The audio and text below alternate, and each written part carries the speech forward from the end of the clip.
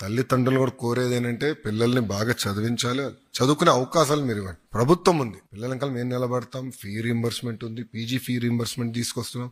విదేశీ విద్యకి ఆల్టర్నేటివ్ మంచి మెకానిజం మేము డిస్కస్ చేస్తున్నాం, అది తీసుకొస్తాం. అంటే ప్రభుత్వం ఆలోచన డబ్బుల వల్ల పిల్లలు ఇబ్బంది పడకూడదు, వెనకబడి ఉండకూడదు. నేను స్టాన్ఫర్డ్ లో చదివినప్పుడు అప్లై చేసినప్పుడు అప్లికేషన్ లో ఎక్కడ గానీ మీ దగ్గర ఎంత డబ్బులున్నాయి, మీ బ్యాంక్ అకౌంట్ స్టేట్మెంట్లు ఇవన్నీ నేను ఎక్కడ అడగరు. అప్లై చేసిన తర్వాత అప్లై చేస్తాం, దాని మాకు ఇంటర్వ్యూస్ ఉంటాయి. ఇంటర్వ్యూ అయిన తర్వాత అడ్మిషన్ లెటర్ ఇస్తారు. అడ్మిషన్ లెటర్ వచ్చిన తర్వాత అడుగుతారు, ఓకే మీ ఫైనాన్షియల్ సిచ్యువేషన్ ఏంటి, స్కాలర్షిప్స్ ఇవ్వచ్చా, ఫైనాన్షియల్ ఎయిడ్ ఇవ్వచ్చా, లోన్లు అరేంజ్ చేయొచ్చా, అట్లా వాళ్ళు అడుగుతారు. ఎట్లా మనం కూడా ప్రభుత్వాలు ఆ విధానం తీసుకురావాలి, డబ్బులు లేక పిల్లలు ఇబ్బంది పడకూడదు అనేదే ప్రభుత్వం లక్ష్యం.